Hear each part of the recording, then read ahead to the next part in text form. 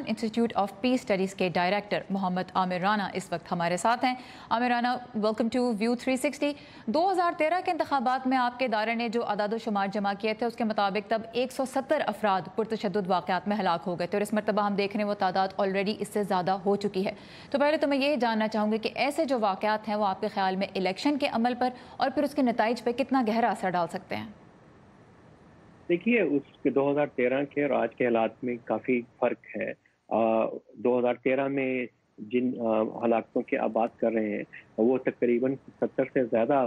دہشت گردی کے واقعات کے نتیجے میں ہوئی تھی۔ اس میں ٹارگٹ کلنگ بھی تھی جو سیاسی ورکر تھے مخصوص سیاسی جماعتوں کے۔ لیکن یہ ابھی صرف ایک دہشت گرد تنظیم کی طرف سے حملہ ہوا ہے، خودکش حملہ ہوا ہے، اس کے نتیجے میں تقریباً 150 سے زائد جو ہلاکتیں ہوئی ہیں، تو وہ فرق ہے۔ تو ظاہر ہے کہ جب آپ مسلسل ایک دہشت گرد کی وارداتیں چل رہی ہیں، ایک خاص پارٹی کو، خاص گروہ کو آپ نشانہ بناتے ہیں تو اس کا امپیکٹ زیادہ ہوتا ہے۔ ابھی تک کوئی 5 کے قریب ایسے واقعات رپورٹ ہوئے، لیکن ان کا اثرات ابھی تک ہم دیکھ رہے ہیں کہ جیسے آپ کی رپورٹ بھی بتا رہی ہے کہ لوگ انسیکیور خاص طور پہ کے پی اور بلوچستان میں محسوس کر رہے ہیں، اور اس کا انتخابی مہم کے اوپر خاصا اثر پڑا ہے۔ اب چیلنج یہی ہے کہ اب پولنگ کا جو ڈے ہے اس دن کس طریقے سے سیکیورٹی کو انشور کیا جائے کہ لوگ کم از کم ووٹ ڈالنے کے لیے تو گھروں سے نکلیں۔ ٹھیک ہے، پولنگ ڈے کی ہم بات کریں گے، لیکن اس سے پہلے میں یہ جاننا چاہتی ہوں، جب مخصوص پارٹیز کو اگر نشانہ بنا رہے ہیں مخصوص گروپس، تو کیا اس سے ایک نئے آنے والے سیٹ اپ کو متاثر کرنے کی کوشش کی جا رہی ہے، اور پھر یہ کس کے مفاد میں ہے؟ دیکھیے، یہ تو دہشت گردوں کی ایک اپنا ذہن ہے، اور جب 2013 کے اندر کیا اور حتیٰ کہ 2008 میں بھی تھوڑا سے سلائٹ سا فرق اس کے مقاصد اس وقت یہی بتائے جاتے رہے کہ وہ شاید پورے کے سیاسی عمل کو متاثر کرنا چاہ رہے ہیں، یہاں کے سیاسی سوچ کو متاثر کرنا چاہ رہے ہیں، اور میرا خیال ہے کہ ابھی بھی یہی ان کا نقطہ نظر ہے اور ان کا ہدف ہے کہ ایک سیاسی عمل میں وہ قوتیں جو ماڈریٹ ٹینڈنسیز جن کی ہیں یا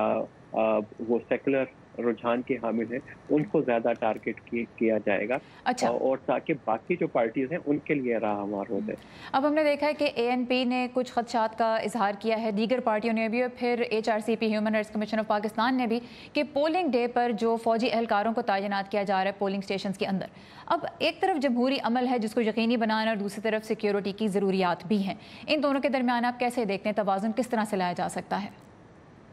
دیکھیے، جہاں پہ سیکیورٹی کی ضرورت تو پولنگ اسٹیشن کے باہر زیادہ ہے کہ آپ کوئی ایسا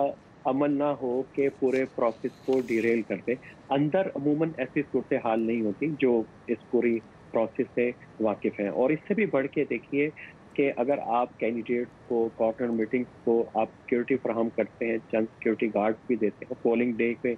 کے والے دن اگر آپ پولنگ اسٹیشن کو بھی دیتے ہیں تو اس سے کتنا فرق پڑے گا۔ اصل مسئلہ تو یہ ہے کہ آپ اپروچ کیا ہے تھریٹ کو ڈیل کرنے کی، اور جو سب سے زیادہ بات کی جاتی رہی ہے کہ آپ دہشت گردی کے ان واقعات کو آپ ایک بہتر کوآرڈینیٹڈ ایفرٹ سے ہی اس کو روک سکتے ہیں۔ خاص طور کے اوپر یہ جو خودکش حملے ہیں ان کو روکنے کا تو طریقہ آپ کو پریونٹیو میئرز بڑے اسٹرکٹ اور سرویلنس لیول کو بہت ہائی رکھنا پڑتا ہے۔ محمد عامر رانا ہمارے ساتھ اسلام آباد سے، جو ڈائریکٹر ہیں Pakistan institute of peace studies کے۔ آپ کے وقت کا بہت شکریہ۔